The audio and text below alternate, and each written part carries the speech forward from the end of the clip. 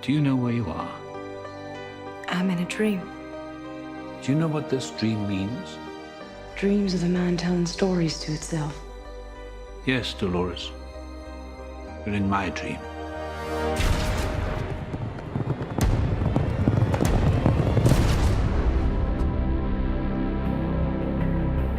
We wanted to come to Westworld from the perspective of the robots, or as we call them, the hosts, who are not in on the joke. They're not aware of the fact that this is a simulation, that this is not reality.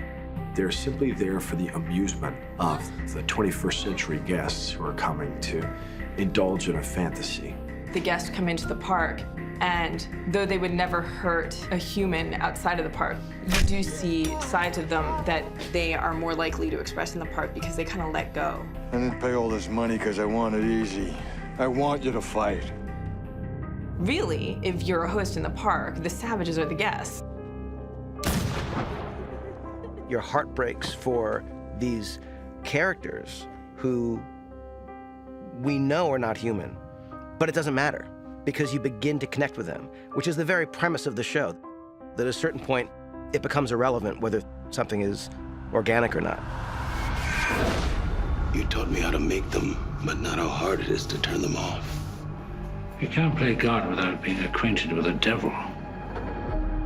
We were fascinated with this thing that we seem to be barreling towards, the moment in which we create things that are intelligent enough that we can take advantage of them and derive pleasure from them, but not so intelligent that we worry or feel badly when we turn them off.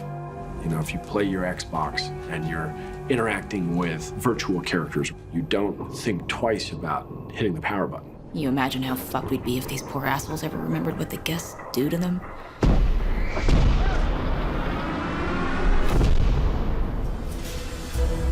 AI is, on the one hand, is kind of the gimmick of the show, but to me what it's doing is it's actually investigating something that some people far smarter than I am are saying is actually happening already.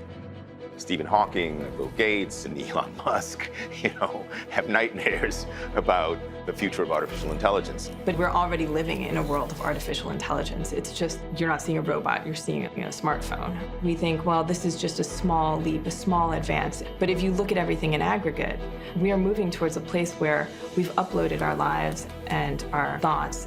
There's a cost to that. With every advancement in technology, feels like to me there's always something darker lurking. Sometimes we're too excited about, oh cool, look how new this is. We don't want to think about the potential consequences. Have you ever heard a living thing? No. Have you ever lied to us? No. Of course not. The thing about AI is that science fiction has been presenting this question for so long, we've become a little immune to it. You have this image of them rising up and taking over the world, and that's still a possibility. But what if they would actually, in fact, be better than us? Maybe even more peaceful. But they will only be mimicking what they know. If all these robots are seeing is the worst side of human nature, it'd be hard to expect anything less from them. If you teach a person to care, they're gonna care. If you teach a person to hate, they're gonna hate. And it really makes me realize that so much of what humanity does is taught. And if we can learn to hate, we can unlearn to hate. We've started to think of it only as a question of science fiction. And the reality is, these things are happening very quickly.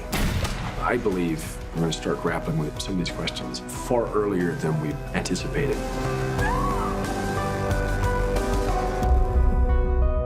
Just don't forget, the hosts are not real. You mustn't make that mistake.